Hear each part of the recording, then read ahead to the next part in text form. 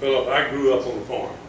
We had hogs, chickens, garden, tobacco, corn, soybeans, the whole bit. Animals today that are grown for chickens and eggs and pork are treated and healthy, a lot healthier than the pigs we had wallowing around in the mud and all the stuff we did on the farm.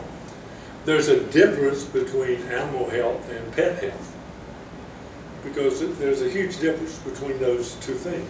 I think that a lot of folks don't understand. We have too few people in Congress, incidentally, who actually grew up on a farm or even close to one and don't understand that. That's a challenge all of us face. I don't think that's just a member of Congress's issue. It's all of us' issue in agriculture. We have to do a better job of talking to folks, explaining to them how important it is. Because if we want to continue to eat and grow our food in this country and have it protected and inspected, vis-a-vis, look what's happened on the egg thing here up recently. We're now fighting a battle overseas, but a lot of our markets has absolutely nothing to do with eggs, but they want to shut markets down because they think they are. I mean, we have to explain to people so they'll understand. We had a huge fight in beef, and we're finally getting some of those markets open, in pork, on and on. It's critical. And as we think, let me just get back to, I hope that answers that one, but to get back to energy as a piece, you know, energy is the type of thing we've got to start building the threshold to get to the future.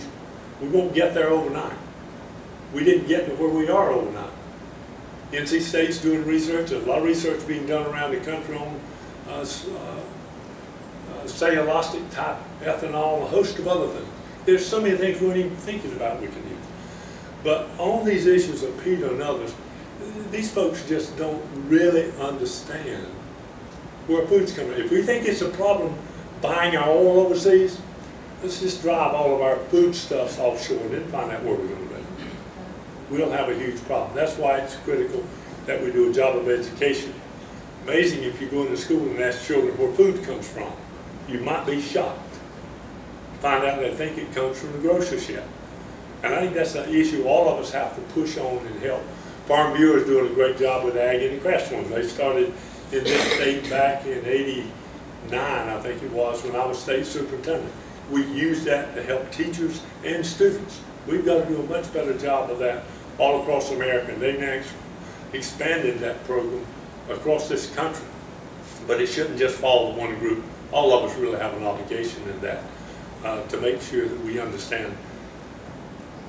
If we like to eat, we better make sure we get our message out. And that's important. Thank you, Carnes.